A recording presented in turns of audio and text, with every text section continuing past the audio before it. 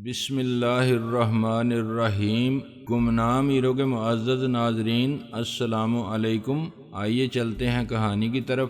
وہ سب باتیں یقیناً اسے یاد تھیں، صرف خمار کی لہروں میں مناظر دھندلا گئے تھے۔ کچھ میری گرفت کی وجہ سے اس کی گردن پر دباؤ تھا، کچھ وہ ذہن پر زور دینے کی کوشش کر رہا تھا۔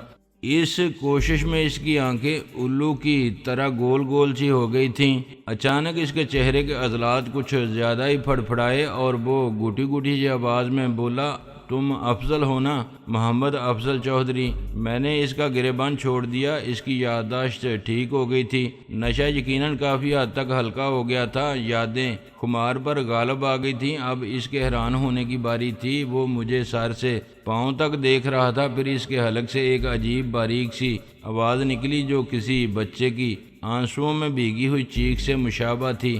وہ یکدم مجھ سے لپٹ گیا، اس کی آنکھوں سے آنسو بہہ رہے تھے۔ وہ بچوں کی طرح ہچکیاں لیتے ہوئے بولا، افضل میرے یار، تم کہاں کھو گئے تھے؟ میں نے تمہیں اتنا ڈھونڈا، اتنے بڑے شہر میں میرا کوئی جگری یار نہیں تھا، کوئی سچا دوست نہیں تھا۔ میں راتوں کو رو رو کر دعائیں مانگا کرتا تھا، یا اللہ میرا پیارا دوست کسی دن اچانک ہی راہ چلتے کسی موڑ پر مجھے مل جائے۔ میں تو سوچ بھی نہیں سکتا تھا کہ اللہ میاں مجھ جیسے گناہ گار اور برے آدمیوں کی دعائیں بھی سنتا ہے۔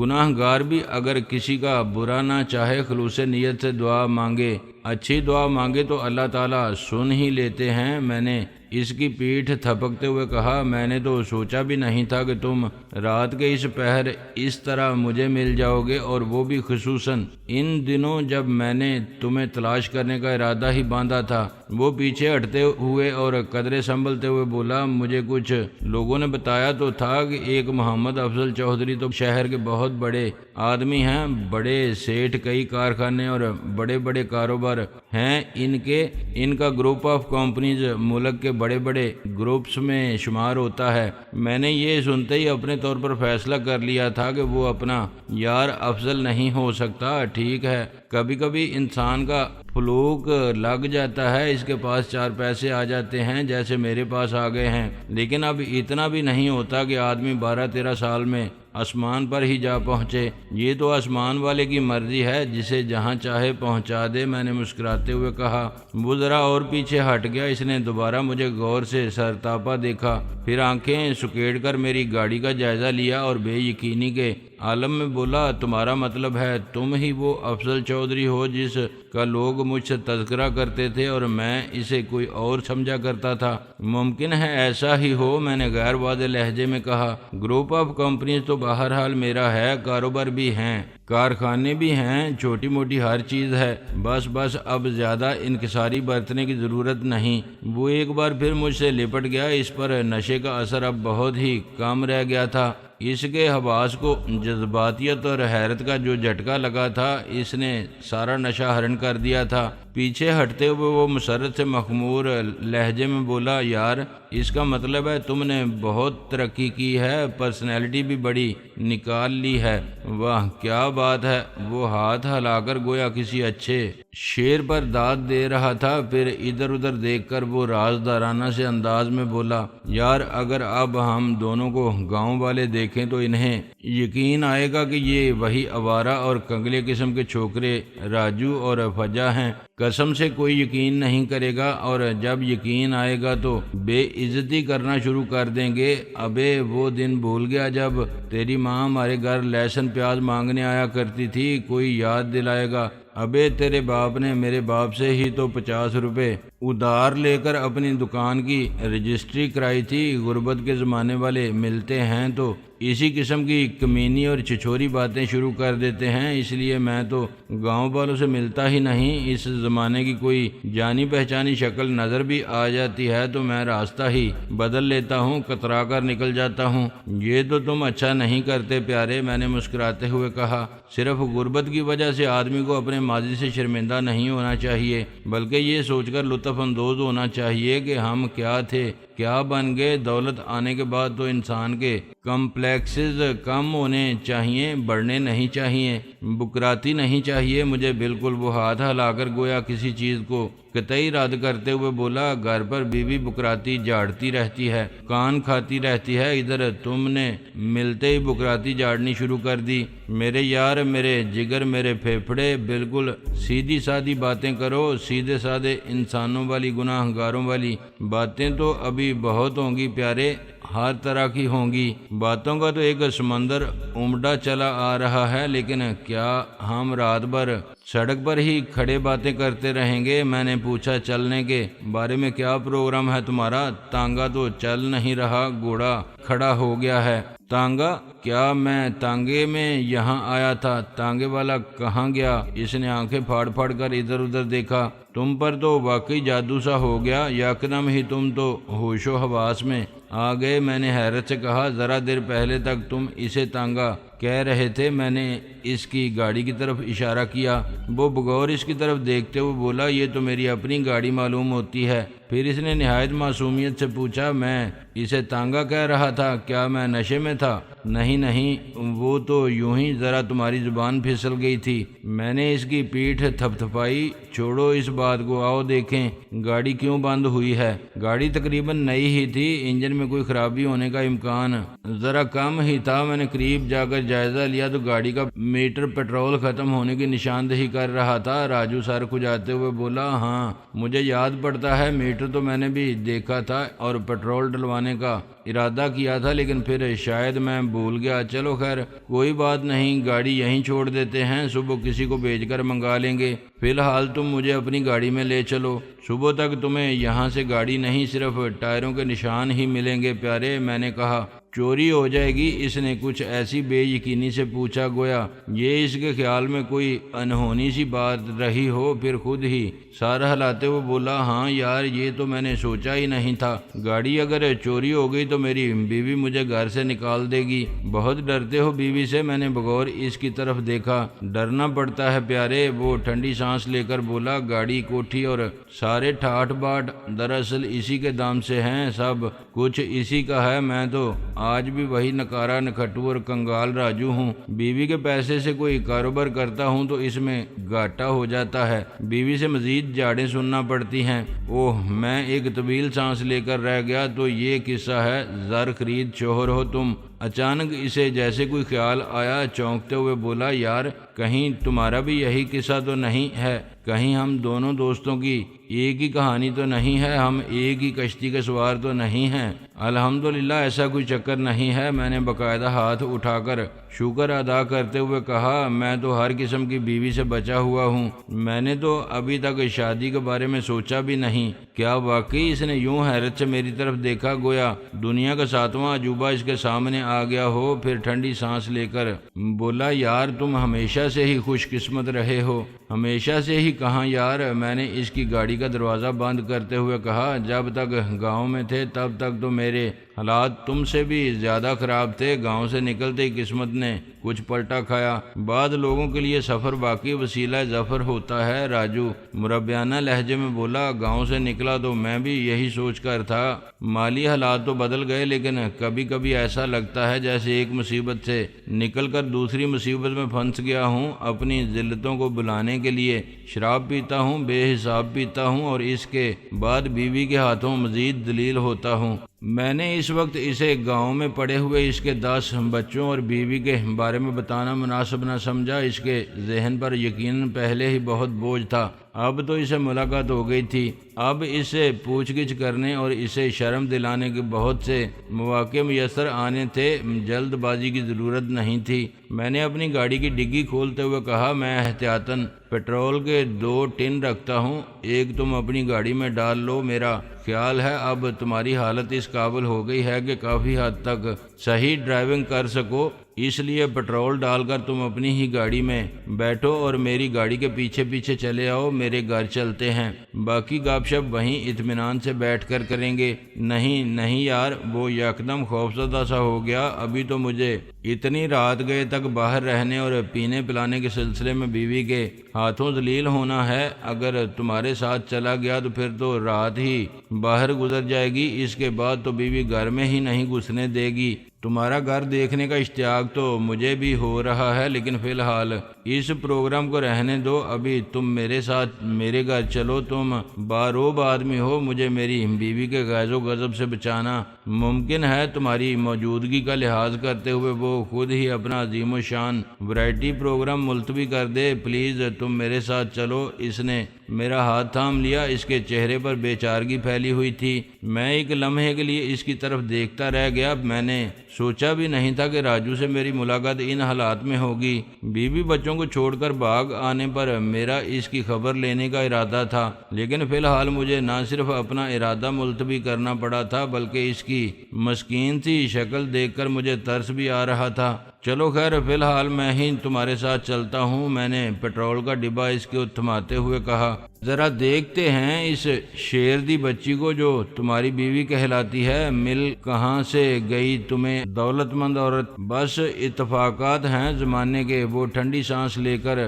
ڈبہ تھامتے ہوئے بولا۔ وہ اپنی گاڑی کی طرف بڑھا تو میں بھی اس کے ساتھ تھا۔ ایک لمحے کی ہچکچاہٹ کے بعد وہ بولا، در حقیقت وہ بیوہ تھی، وہ خود تو کچھ بھی نہیں تھی، خاندانی پس منظر کے لحاظ سے وہ بھی میری طرح فقری تھی، لیکن اس کا بوڑھا شوہر اس کے لیے کافی دولت جائیداد اور ایک استبل چھوڑ کر مرا تھا جس میں ریس کے چند گھوڑے پرورش پاتے تھے۔ وہ اعلیٰ شجرے نسب کے گھوڑے پالتا تھا جو ریس کورس میں دوڑنے کے لیے رجسٹرڈ ہو جاتے تھے۔ اس نے جیب میں ہاتھ مار کر چابیاں تلاش کیں مگر وہ گاڑی میں ہی لگی ہوئی تھی۔ میں نے چابیاں نکال کر اسے دیں اور وہ پیٹرول کی ٹینکی کا تالا کھولتے ہوئے بولا، لیکن اس کی موت کے بعد استبل ٹھنڈا ہو گیا کیونکہ یہ ذرا الگ ہی لائن ہے۔ حالانکہ وہ استبل آمدنی کا ایک بڑا ذریعہ تھا، کسی چھوٹے موٹے کارخانے سے کم نہیں تھا، لیکن ظاہر ہے اسے اس لائن کا آدمی ہی چلا سکتا تھا جسے تجربہ، شوق اور لگن ہوتی۔ میری نگرانی میں آنے کے بعد اس کا کچھ اور بیڑا غرق ہو گیا۔ ہمیں بھی بلا کیا پتا ہے کہ ریس کے گھوڑوں کی بریڈنگ کس طرح کی جاتی ہے، ان کے ناز کس طرح اٹھائے جاتے ہیں۔ ہم نے تو گھوڑے زیادہ تر ٹانگوں میں ہی جوتے ہوئے دیکھے تھے جن کی پسلیاں نکلی ہوتی تھیں، چابک کھاتے تھے اور ٹک ٹک کر کے چلتے تھے، 200-400 روپیہ میں بک جاتے تھے۔ ریس کے گھوڑے کی تو 200-400 روپے میں تصویر بھی نہیں ملتی۔ میں نے اس کی بات کاٹتے ہوئے کہا، ابے الو کی دم، تمہارے سر پر تانگا کچھ زیادہ ہی سوار ہے۔ میں نے پوچھا تھا، اس بیوہ سے تمہاری ملاقات کیوں کر ہوئی اور وہ بیوہ سے تمہاری بیوی کیوں کر بن گئی؟ ریس کے گھوڑوں اور گدھوں کی کہانی بعد میں سناتے رہنا۔ وہ ڈبے سے ٹینکی میں پٹرول ڈالنے لگا تو اس کے ہاتھوں کے ارتعاش کے باعث آدھا پٹرول نیچے گرنے لگا۔ میں نے ڈبہ اس کے ہاتھ سے لیتے ہوئے کہا، اس وقت یہ پٹرول بہت قیمتی ہے، ضائع مت کرو۔ اگر یہ بھی راستے میں ختم ہو گیا تو تمہیں گھر جانے کے لیے کوئی تانگا بھی میسر نہیں آئے گا۔ لاؤ میں ڈال دوں۔ وہ میرے سوال کی طرف آتے ہوئے بولا، ہاں میں بھول ہی گیا تھا کہ اصل میں تم نے کیا پوچھا تھا۔ میں تو سوچ بھی نہیں سکتا تھا کہ اس سے میری شادی کی نوبت آ جائے گی۔ قسمت کے کھیل واقعی نرالے ہوتے ہیں۔ میری اصل میں اس کے ڈرائیور سے دوستی ہو گئی تھی۔ ڈرائیور کو اسی کی کوٹھی میں سرونٹ کوارٹر ملا تھا اور میں ڈرائیور کے ساتھ اس سرونٹ کوارٹر میں چھپا ہوا تھا۔ میرا مطلب ہے میں چونکہ مالکن کی اجازت کے بغیر رہ رہا تھا اس لیے چوروں کی طرح رہتا تھا۔ ڈرائیور نے ترس کھا کر مجھے اپنے ساتھ رکھا ہوا تھا کیونکہ شہر میں میرا کوئی ٹھکانہ نہیں تھا۔ میں پٹرول ڈال چکا تو وہ ڈھکن لگاتے ہوئے بولا، راتوں کو وہ موقع نکال کر مجھے ڈرائیونگ سکھایا کرتا، پھر اسی نے پیسے خرچ کر کے مجھے لائسنس لے کر دیا۔ ارادہ یہی تھا کہ ڈرائیونگ کا ہنر ہاتھ میں ہوگا تو کسی بنگلے کوٹھی پر ڈرائیور کے طور پر نوکری مل جائے گی۔ اس نے ٹینکی کو تالا لگا کر سیدھا کھڑا ہوتے ہوئے ایک ٹھنڈی سانس لی اور گویا بات ختم کرتے ہوئے بولا، لیکن پھر ہوا یہ کہ ایک روز بیگم صاحب نے مجھے دیکھ لیا۔ میرا خیال تھا کہ وہ مجھے بستر بوریا اٹھا کر سرونٹ کوارٹر سے جانے کا حکم دے گی اور ڈرائیور کو بھی خوب ذلیل کرے گی کہ اس نے بغیر اجازت کیوں مجھے اپنے ساتھ رکھا، مگر ایسا کوئی چکر نہیں ہوا۔ نہ جانے کیوں وہ مجھ سے نرمی سے پیش آئی، پھر رفتہ رفتہ یہ نرمی اتنی بڑی کہ میری اس سے شادی ہو گئی اور اس کے تھوڑے عرصے بعد پھر سختی کا زمانہ شروع ہو گیا۔ میں نے تفصیل نہیں پوچھی لیکن مجھے اندازہ تھا کہ اس پہلی ملاقات اور شادی کے درمیان بہت سی باتیں ہوئی ہوں گی، بڑے چکر چلے ہوں گے۔ ریاض عرف راجو بے شک مختصر الوجود تھا، لیکن اس کی شخصیت میں بہرحال صنف نازک کے لیے خاصی کشش موجود تھی۔ وہ سرخ و سفید اور وجیح تھا، اوپر سے عمر چور بھی تھا۔ شادی اس کی بہت کم عمری میں ہو گئی تھی۔ اب بھی اسے دیکھ کر کسی کو گمان تک نہیں گزر سکتا تھا کہ وہ 10 بچوں کا باپ تھا۔ اگر کسی بوڑھے کی بیوہ دولت مند ہونے کے باوجود اس پر مہربان ہو گئی تھی تو مجھے اس پر زیادہ حیرت نہیں تھی۔ عین ممکن تھا کہ شکل و صورت کی طرف سے خود بیوہ ذرا کمزور ہی ہو، کوئی بعید نہیں تھا کہ عمر میں بھی اس سے کافی بڑی ہو، لیکن فی الحال میں نے یہ باتیں پوچھنا مناسب نہ سمجھا۔ میں نے سوچا ملاقات ہوگی تو خود ہی سب کچھ سامنے آ جائے گا۔ ویسے بھی راجو کا نشہ حرن ہوا تھا تو اس پر تھکن نے غلبہ پا لیا تھا۔ نہ جانے وہ کب سے اور کہاں کہاں خوار ہوتا ہوا آ رہا تھا۔ اب نشے سے نہیں تو تھکن سے گرا جا رہا تھا۔ میں چاہتا تھا کہ وہ کم از کم اپنے گھر تک تو خیریت سے ڈرائیونگ کر لے۔ وہ خود بھی اب گھر جانا چاہتا تھا۔ تھکے تھکے سے انداز میں ڈرائیونگ سیٹ پر ڈھیر ہوتے ہوئے بولا، تم اپنی گاڑی میں میرے پیچھے پیچھے آ جاؤ۔ ہم آگے پیچھے وہاں سے روانہ ہوئے۔ ڈرائیونگ اس کی اب بھی قابل اطمینان نہیں تھی، لیکن غنیمت یہ تھا کہ سڑکوں پر اکا دکا ہی گاڑیاں آتی جاتی دکھائی دیتی تھیں، وہ بھی خاصے وقفے کے بعد۔ میں اس کی خیریت کی دعائیں مانگتا اس کے پیچھے پیچھے گاڑی چلاتا رہا۔ ایف سی کالج کے سامنے سے گزر کر اس نے پل عبور کیا اور نہر کے دوسری طرف جمال شاہ کی طرف مڑ گیا۔ نہر کے کنارے سڑک کی چڑھائی چڑھتے وقت اس کی گاڑی بری طرح لہرائی تھی اور مجھے اندیشہ محسوس ہوا تھا کہ پل پر چڑھنے کی بجائے وہ نہر میں نہ اتر جائے، لیکن غنیمت رہا کہ وہ گاڑی کو سنبھالنے میں کامیاب ہو گیا، ورنہ میں نے تو چھلانگ لگا کر اسے نہر سے نکالنے کے لیے اپنے آپ کو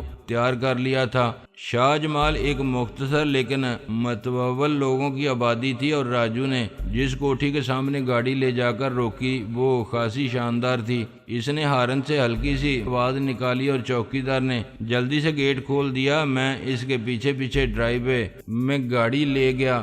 راجو نے گاڑی سے اتر کر رازدارانہ انداز میں چوکیدار سے پوچھا، بیگم صاحب سو گئیں؟ میرے کو کیا معلوم صاحب، چوکیدار نے نیم بیزاری سے جواب دیا، میں نے ان کو بہت دیر سے نہیں دیکھا۔ راجو کو گویا کچھ حوصلہ ہوا، اس نے مجھے پیچھے آنے کا اشارہ کیا اور چابی سے اندرونی دروازہ کا تالا کھولا۔ اس کی دیکھا دیکھی میں نے بھی چوروں کی طرح ہال میں قدم رکھا۔ ہال میں اندھیرا تھا۔ اس نے لائٹ آن کی اور دوسرے لمحے اس کی گگی بند گئی۔ غیر ارادی سے انداز میں وہ گویا میرے پیچھے چھپنے کی کوشش کرنے لگا۔ میں نے دیکھا سب سے اوپر والی سیڑھی پر خوبصورت نائٹ گاؤن میں ایک خوبصورت عورت دونوں ہاتھوں جیبوں میں ڈالے ہوئے کھڑی تھی۔ اس کے سیاہ دلکش ریشمی بال کندھوں پر پھیلے ہوئے تھے اور اس ریشمی رات کے پس منظر میں اس کا چاند چہرہ گویا ماحول کو منور کیے ہوئے تھا۔ اس نے ذرا سا بھی میک اپ نہیں کیا ہوا تھا اور یہ اچھا ہی کیا تھا۔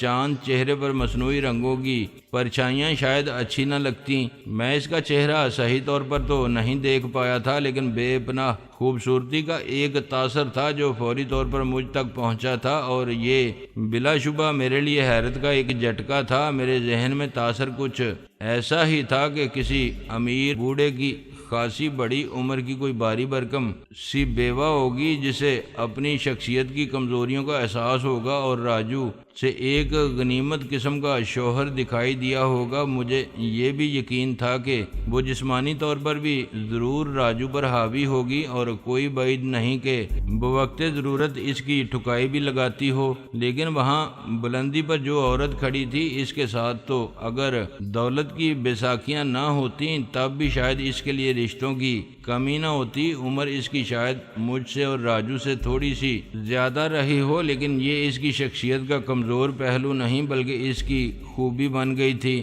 وہ عین بیچ آسمان پر آیا ہوا آفتاب بن گئی تھی۔ شریر جسم کی تھی، لیکن ڈھیلا ڈالا گاؤن بھی اس کے سراپا قیامت کو چھپانے میں ناکام تھا۔ وہ مرد مار قسم کی شخصیت کی مالک ہرگز نہیں تھی۔ کرختگی شاید اسے چھو کر بھی نہیں گزری تھی۔ تمام تر نسوانی نزاکتیں اور لطافتیں اس کے پیکر سے جھانک رہی تھیں۔ اس کے باوجود راجو اس سے خوفزدہ تھا۔ اس کا خوف بے بنیاد بھی نہیں تھا۔ اس عورت میں رعب تمکنت، حتیٰ کہ ہلکی سی خوفناکی بھی موجود تھی، لیکن اس کا ماخذ و منبع کہاں تھا یہ جاننا مشکل تھا۔ شاید وہ اس کی سرد مہری تھی جو راجو جیسے لوگوں کو خوفزدہ کرنے کے لیے کافی تھی، یا شاید کوئی اور وجہ تھی جسے راجو ہی بہتر سمجھ سکتا تھا۔ بہرحال وہ اس کا شوہر تھا، میں تو ایک اجنبی تھا جو آج پہلی بار اسے دیکھ رہا تھا۔ بعض عورتوں کو یہ عادت ہوتی ہے یا پھر یہ ان کی ایک ادا ہوتی ہے کہ وہ بظاہر آپ کو بالکل نظر انداز کر دیتی ہیں، لیکن در حقیقت وہ کسی نادیدہ آنکھ سے آپ کو بہت غور سے دیکھ رہی ہوتی ہیں۔ اس نے بھی کچھ اسی ادا کا مظاہرہ کرتے ہوئے صرف راجو پر اپنی نظر مرکوز رکھی۔ اس کے نزدیک گویا میں وہاں موجود ہی نہیں تھا۔ تم آج پھر اتنی دیر سے آئے ہو اور اتنی دور سے، مجھے تمہارے وجود سے شراب کی بو آ رہی ہے۔ خدا کی پناہ، تم شراب پیتے ہو یا اس سے نہاتے ہو؟